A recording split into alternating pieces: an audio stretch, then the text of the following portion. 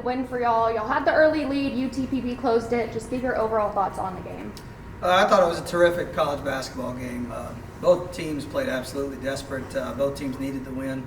For UTPB, they needed it in hopes of making the conference tournament. We needed it to keep our at-large hopes alive as well. But it was a terrific game. I mean, we came out early. I thought we looked really good. We adjusted a few things offensively, which allowed us to get to the basket early. And then, like a normal basketball game goes, they adjusted some things, and I thought it shut us down a little bit.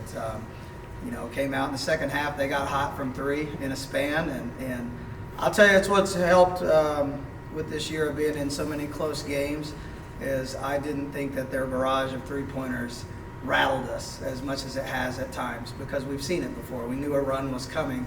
Can you withstand it at this stage? But, we played very shorthanded.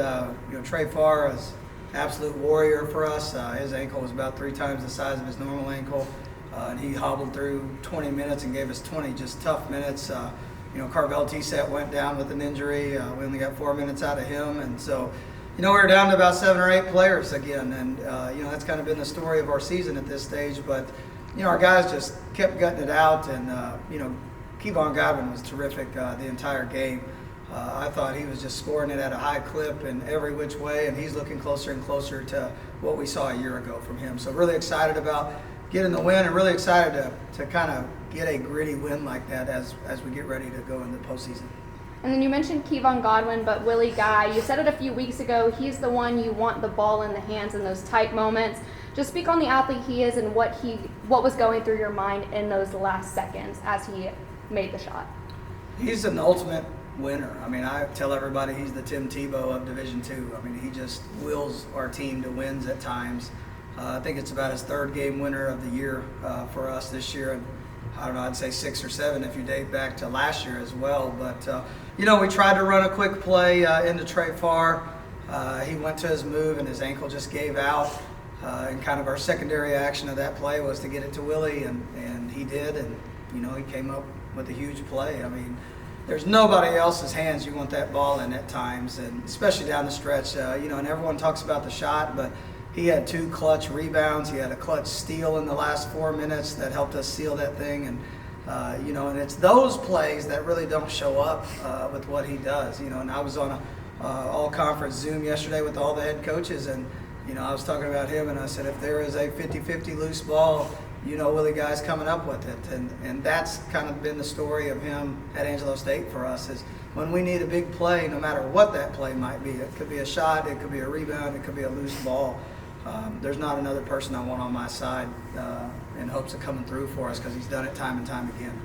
And then my last question, 5 seed heading to Frisco to take on Eastern in the first round. Split the record this season. Y'all are a little shorthanded. What is needed from this team to go and get a first round win? I'm excited to be there. I'll tell you that because, our league, for whatever reason, we're down to 8 teams making the conference tournament out of 16 teams. And there are some really good teams that were left at home this year. Permian Basin won 17 games. And I think they can beat anybody in the conference, and they proved that, and they didn't get a chance to go. And I guess those decisions are above my pay grade for why we trimmed it from 12 to 8 a couple years ago. So it's a really good field. I will tell you that right now. I don't know, can you say there's a favorite this year, because everyone is beating everyone.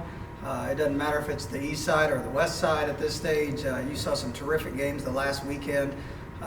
St. Ed's beat Lubbock Christian and WT, and then Lubbock goes to West Texas Saturday and beats them. And so I just think it's a really good field that's wide open. We're playing a really good Eastern New Mexico team who's won 5 straight games now. I think they're one of the hottest teams in the league, one of the most athletic and physical teams in the conference. And I thought that really showed when we went to their place this year is how physical of a team they are. And so we got our hands full for sure. But again, regional polls will come out again this week.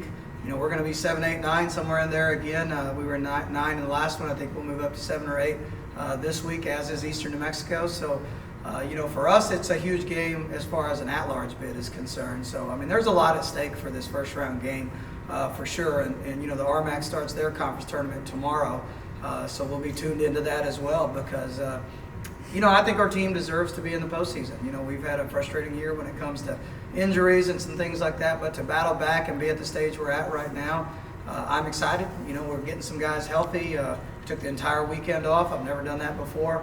But there's no point of practicing with 8 guys at this stage. So, you know, we told our trainer, hey, you got 3 days to get me 10 guys by Monday, and I'm hoping I see 10 in practice today. Coach, you talked about Kevon Godwin's performance again, and it seems like this is like the 3rd or 4th game in a row now where it seems like he's really hit his stride. Looks like this about the same guy from last year. How important is his continued dominance on the floor to this Eastern game this weekend in round 1? Well, it's more just you don't know who it's going to be for our team. It's kind of been the question for us is, you know, who's going to bring it, who's going to score it on a specific night. And to finally start getting some consistency has been really nice to see.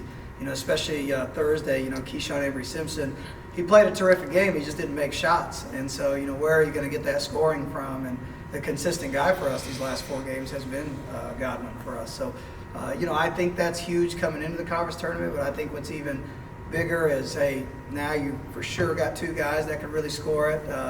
Hopefully hitting their stride with Keyshawn Avery-Simpson and Godwin. And then, you know, as Trey Farr gets healthier with that ankle, we're hoping we still got a guy that we can go to inside when we need a basket as well. So for us, if we can get all 3 going at the same time, then I think we're going to be a tough draw in the postseason. All right. Thank you, Coach. Thank you, Coach. Thank you, guys.